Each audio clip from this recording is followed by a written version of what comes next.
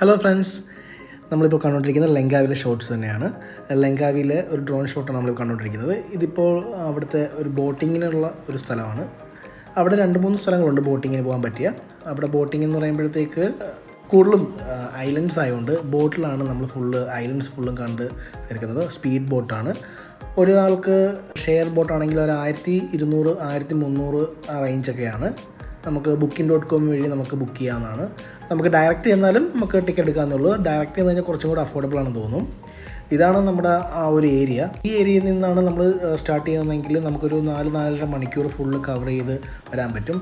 ഈ കണ്ടുകൊണ്ടിരിക്കുന്നത് വെച്ച് കഴിഞ്ഞാൽ അവിടെ നിന്ന് ഈ ബോട്ടിങ് കഴിഞ്ഞിട്ട് തിരിച്ച് ആൾക്കാർ വരുന്ന അതാണ്. ഞാൻ ആ ഡ്രോൺ വഴി നല്ല ഹൈറ്റിൽ നിന്ന് എടുത്തുകൊണ്ടാണ് നമുക്ക് ഇത്ര വ്യൂ ആയിട്ട് കാണാൻ പറ്റുന്നത്. വളരെ മനോഹരമായൊരു പ്ലേസ് തന്നെയാണ് നമ്മൾ കവർ ചെയ്യുന്നത്. നമ്മൾ ഈ ബോട്ടിങ്ങിന് പോകുന്ന വഴിക്ക് നമ്മൾ 4 ഐലൻഡിൽ നമ്മൾ ഹോൾട്ട് ചെയ്യുന്നുണ്ട്. 4 ഐലൻഡിലും 4 വ്യത്യസ്തമായ കാഴ്ചകൾ. അതിൽ ഒരെണ്ണം പ്രൈവറ്റ് ബീച്ചാണ്. ആ പ്രൈവറ്റ് ബീച്ചിൻ്റെ വീഡിയോസ് ഞാൻ അടുത്ത വീഡിയോസിൽ ഞാൻ അപ്ലോഡ് ചെയ്യുന്നുണ്ട്. അതുകൊണ്ട് ഞാൻ അതിനെക്കുറിച്ച് കൂടുതലൊന്നും പറഞ്ഞ് സസ്പെൻസ് ഒന്നും കളയുന്നില്ല. നിങ്ങൾ അതിന് അടുത്ത വീഡിയോസ് നിങ്ങൾ വാച്ച് ചെയ്യണം. നമ്മളിപ്പോൾ കണ്ടുകൊണ്ടിരിക്കുന്നത് കണ്ടില്ല, ആ ഒരു ഏരിയയിലാണ് ഇഷ്ടംപോലെ വാട്ടർ ആക്ടിവിറ്റീസ് എല്ലാം സ്റ്റാർട്ട് ചെയ്യുന്നുണ്ട്. അവിടെ ഇഷ്ടംപോലെ വാട്ടർ ആക്ടിവിറ്റീസ്. ആ വാട്ടർ ആക്ടിവിറ്റീസ് ടൈം എന്ന് പറയുമ്പോൾ ഈവനിങ് ആണ്. ഈവനിങ് ടൈമിൽ നല്ല വാട്ടർ ആക്ടിവിറ്റീസും കാര്യങ്ങളൊക്കെ ഉണ്ട്. ഇവിടുന്ന് കുറച്ച് അടുത്ത് തന്നെയാണ് ലങ്കാവി എയർപോർട്ട്. ഇപ്പം ഈ ഡ്രോണിൻ്റെ വ്യൂവിൽ തന്നെ നമുക്ക് ഈ ഒരു ഫുൾ കാഴ്ചകൾ കാണാം. ഏകദേശം എയർപോർട്ടിലോട്ട് ഒരു 4 കിലോമീറ്റർ അടുത്തേ വരുന്നുള്ളൂ. നമുക്ക് നിയർ ബൈ തന്നെയാണ് എയർപോർട്ട് വരുന്നത്. നമ്മളിപ്പോൾ കണ്ടിരിക്കുന്ന റൈഡ് കഴിഞ്ഞ് തിരിച്ചു വരുന്ന ആൾക്കാരാണ്. ഈ റൈഡിൽ തിരിച്ചു വരുന്ന കാഴ്ച വളരെ മനോഹരമായ കാഴ്ചയാണ്. ചിലരൊക്കെ 5000 രൂപ കൊടുത്തു കഴിഞ്ഞാൽ നമുക്കൊരു ബോട്ട് ഫുള്ളായിട്ട് കിട്ടും. അപ്പം ആ ബോട്ട് ഫുള്ളായിട്ട് നമുക്ക് നമ്മുടെ ഇഷ്ടത്തിന് നമുക്ക് പറയുന്ന പോലെയൊക്കെ ഏകദേശം നമ്മൾ പറയുന്ന പോലെയൊക്കെ കൊണ്ടുപോവുക ചെയ്യും. കൂടുതൽ ആൾക്കാരും പോകുന്ന ഷെയ്ഡ് ബോട്ടിലാണ്. ഷെയ്ഡ് ബോട്ടിൽ പോകുമ്പോഴത്തേക്ക് ഒരു 1200 രൂപയ്ക്ക് നമുക്ക് പോകാൻ പറ്റും. പക്ഷേ നമ്മൾ ഗ്രൂപ്പായിട്ടൊക്കെ പോവുകയാണ്, ഒരു 5-6 പേരൊക്കെ ഉണ്ടെങ്കിൽ നമ്മൾ ഒരു ബോട്ട് ഫുള്ളായിട്ട് എടുത്തിട്ട് നമുക്ക് അങ്ങനെ പോകുന്നതിനെ കുറച്ചും കൂടെ ലാഭം.